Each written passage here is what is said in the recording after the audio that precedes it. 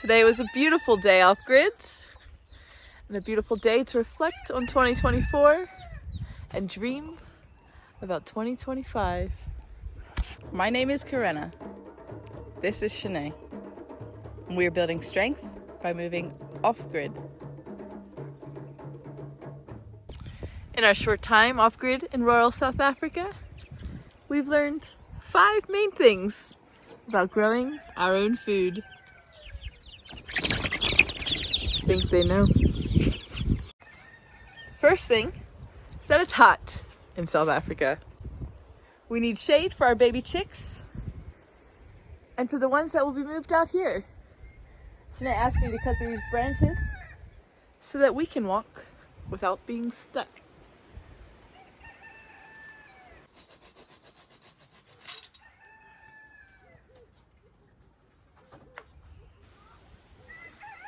I put this rope here to mark everything below that must go.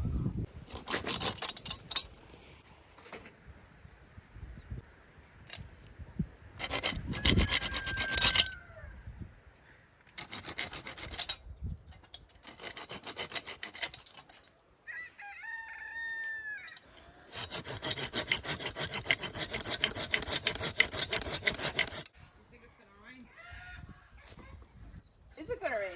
I don't know, just look at the clouds and stuff. That works so much better. Like, you can actually now walk and move around it. And it does give a very nice shade on the heat of the day when the sun is coming from the top. Yes, definitely. And we'll burn these so they don't come back. Now Shanae's going to put something around the bottom so that the chicks won't get out. Smaller chicken wire. And then they'll be ready to move in. Yeah. For Shanae to sit the chicken wire around here, she needs a lot more of these red bricks. So that'll be my job.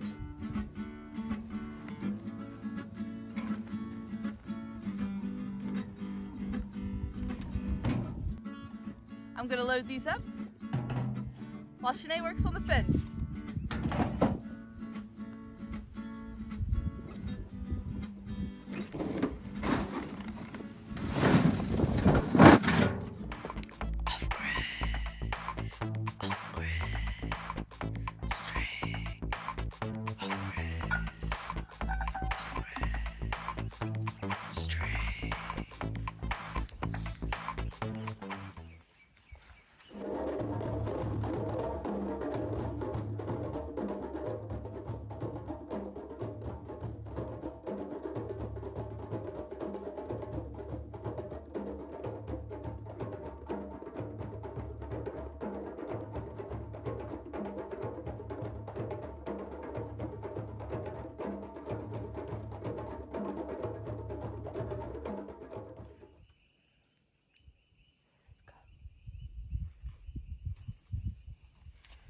Getting the baby chicks out of there to bring them to their new home.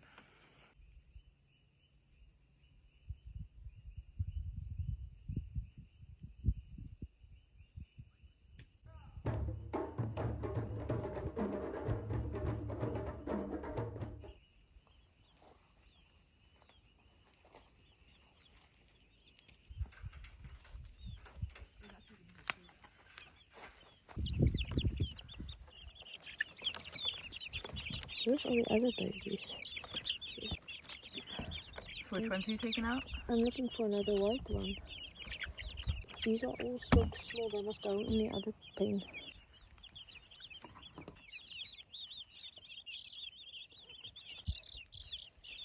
Yes, the pepper are full.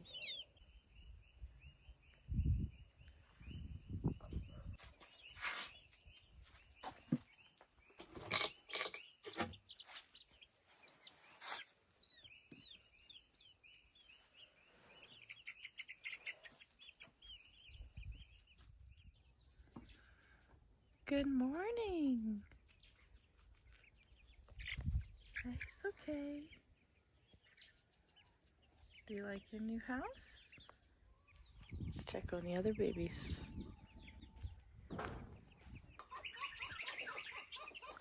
Hey. Hello.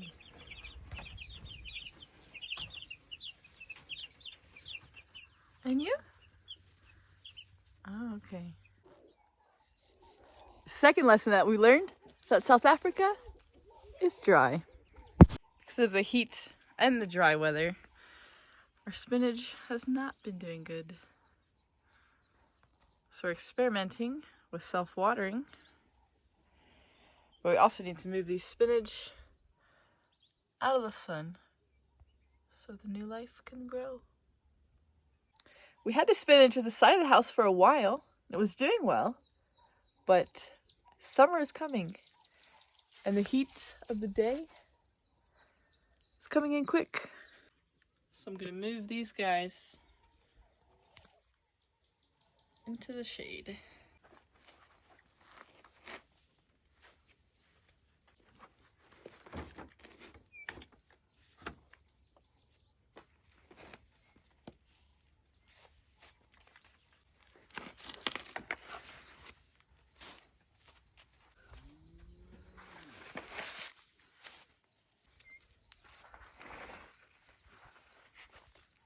Hopefully if they're tucked in here behind the house, they'll get more shade and they'll do better.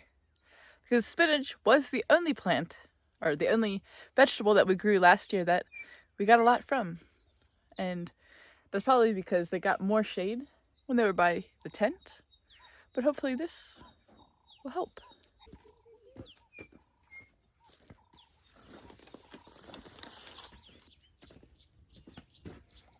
Of course, I misunderstood the assignment. She didn't want these under this tree.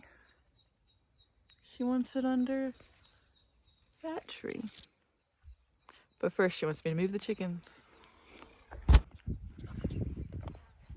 Under this tree is where she wants the spinach to go.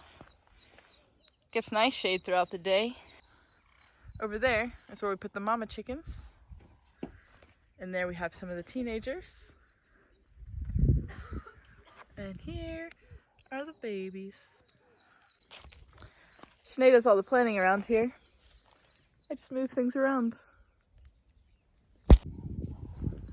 There's some broody chickens in here that need a new home.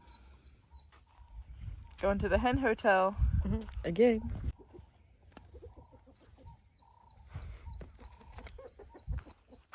I see there's two in the top one. Nice job with the box. Crafty girl. Yeah, I mean, it doesn't get wet in here, and like you cannot just close the flap there. So, one there. Oh, two in there. There was three. I mean, four. There was another one. Maybe she was just wanted to lay an egg.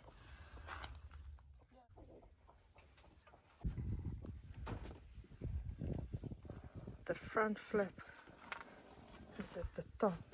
There's a little screw you pull out. You'll see here.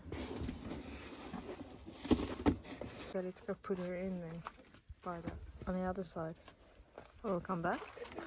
Oh. I got no, don't worry. Oh, you want to show off your flexibility? Coach Mobility. Coach Carenna Neely.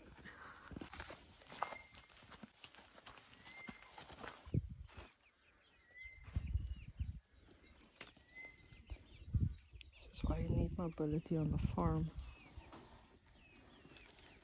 Activating those hammies there. Okay. Do you want me to leave her for now? Slow With the others? control of the muscles.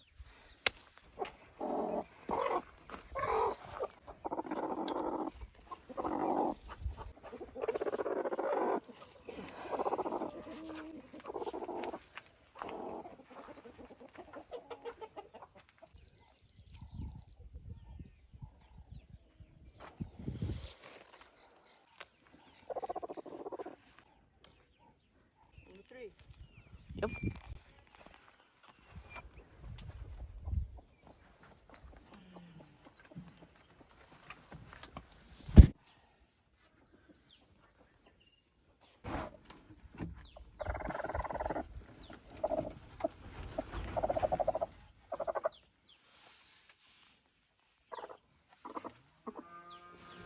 blanket over her head. So they say, we don't know if some of them may be at the end. The last 3 days that they're at the end, if you flip them and the face of the chick is the wrong side up, it can't break out and it will die. So it's like trying to keep and move the eggs the same way up. We're learning.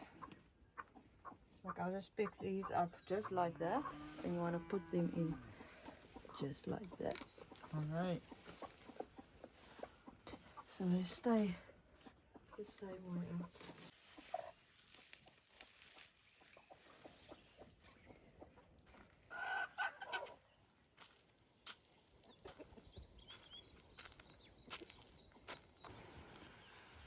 So the hens are happy for now. It might rain, so we need to do something about the take-a-lot box.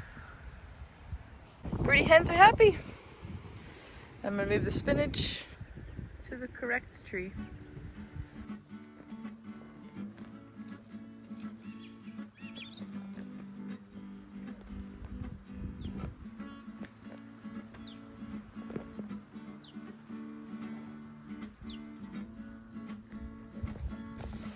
I think she will be happy with that. Everything in the shade. Next, we're experimenting with some of these by cutting holes in the top or bottom so that the water can drip out. South Africa is a water scarce country. And this region especially has been hit hard by drought. So this is something we think about often so that we can grow food for ourselves and everyone around us now and for the long term. These are some bottles we collected for the home biogas fertilizer, which we can also use for water irrigation. These 5-liter ones will work nice too. So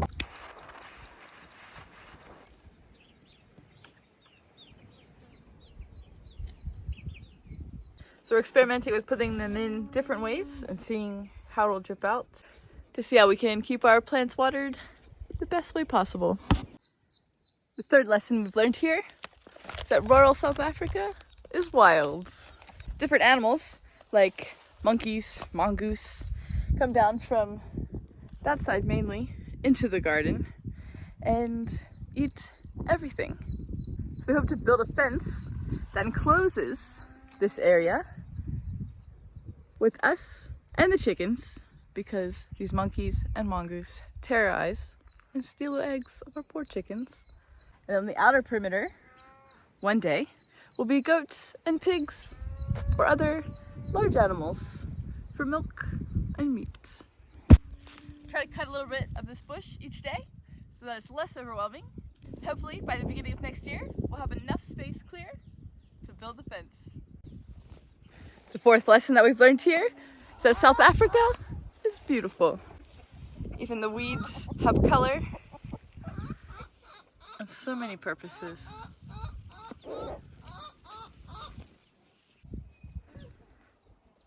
Of the little bits of color of our homestead and our view. Living off-grid teaches you to find beauty in the smallest things.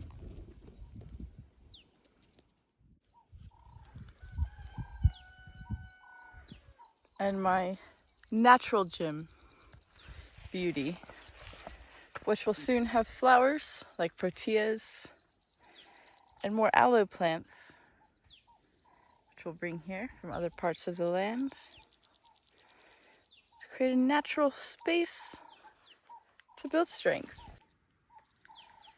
The sounds are beautiful. There's a bunch of aloe under the tree.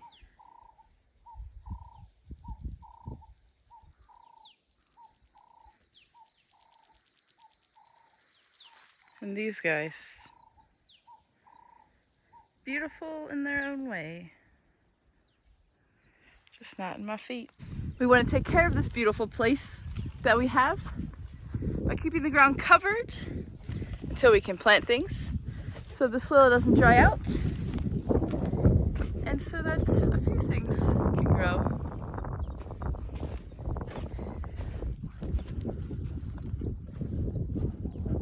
We planted corn, beetroot, carrots, and radish. The corn did well last time and seems to be doing well again. The other things, not as much. We'll put some of the water jugs here so that they can keep giving some water to the soil. I'll bring some fertilizer from a home biogas, which I think that, along with Shanae bringing lots and lots of poop here, has helped bring life back to this soil, so that when we are ready to plant food again, we will get a very nice, delicious, and beautiful harvest. Another beautiful thing about homesteading, there's always new life and new surprises to be found. We wondered where she had been laying her eggs until she finally went broody. She's sitting on about 6. When we found the eggs there yesterday, before she was sitting on them, we assumed that they had been there for a while, so we were getting ready to test them. You fill a bowl with water and put the egg in. If it sinks, it's good. If it leans to one side, might be going bad. If it floats, no good. And this brings us to our 5th lesson about growing food off-grid. And that is that off-grid living is hard, but hard is relative. Growing food off-grid is hard if you don't know what to do. Off-grid living is hard if you physically can't do the work. Off-grid living is hard if you don't mentally align with the life you're building. People often tell us that a life off-grid is too hard. They say, wouldn't it be easier to get a job inside? But to us, that's a different kind of hard. And for Shanae and I, that's a life that's too hard for us.